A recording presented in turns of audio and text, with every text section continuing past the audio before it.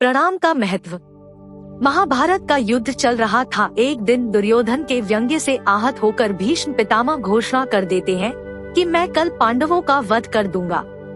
उनकी घोषणा का पता चलते ही पांडवों के शिविर में बेचैनी बढ़ गई।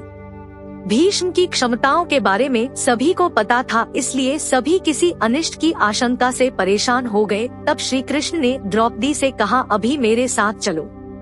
श्री कृष्ण द्रौपदी को लेकर सीधे भीष्म पितामह के शिविर में पहुंच गए। शिविर के बाहर खड़े होकर उन्होंने द्रौपदी से कहा कि अंदर जाकर पितामह को प्रणाम करो। द्रौपदी ने अंदर जाकर पितामह भीष्म को प्रणाम किया तो उन्होंने अखंड सौभाग्यवती भव का आशीर्वाद दे दिया।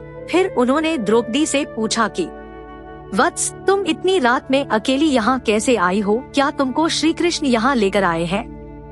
तब द्रौपदी ने कहा कि हाँ, और वे कक्ष के बाहर खड़े हैं। तब भीष्म भी कक्ष के बाहर आ गए और दोनों ने एक दूसरे से प्रणाम किया। भीष्म ने कहा, मेरे एक वचन को मेरे ही दूसरे वचन से काट देने का काम श्री कृष्ण ही कर सकते हैं। शिविर से वापस लौटते समय श्री कृष्ण ने द्रौपदी से कहा कि तुम्हारे एक बार जाकर पितामह को प्रणाम करने से तुम्हारे पतियों को जीवन दान मिल गया है। अगर तुम प्रतिदिन भीष्म, धृतराष्ट्र, द्रोणाचार्य आदि को प्रणाम करती होती और दुर्योधन, दुःशासन आदि की पत्नियां भी पांडवों को प्रणाम करती होती तो शायद इस युद्ध की नौबत ही न आती। तात्पर्य: वर्तमान में हमारे घरों में जो इतनी समस्याएं हैं, उनका भी मूल कारण यही है कि जाने अनजाने अक्सर घर के बड़ों की उपेक्षा हो जाती है। यदि घर के बच्चे और बहुएं प्रतिदिन घर के सभी बड़ों को प्रणाम कर उनका आशीर्वाद ले तो शायद किसी भी घर में कभी कोई क्लेश न हो। बड़ों के दिए आशीर्वाद कवच की तरह काम करते हैं, उनको कोई अस्त्र शस्त्र नहीं भेज सकता।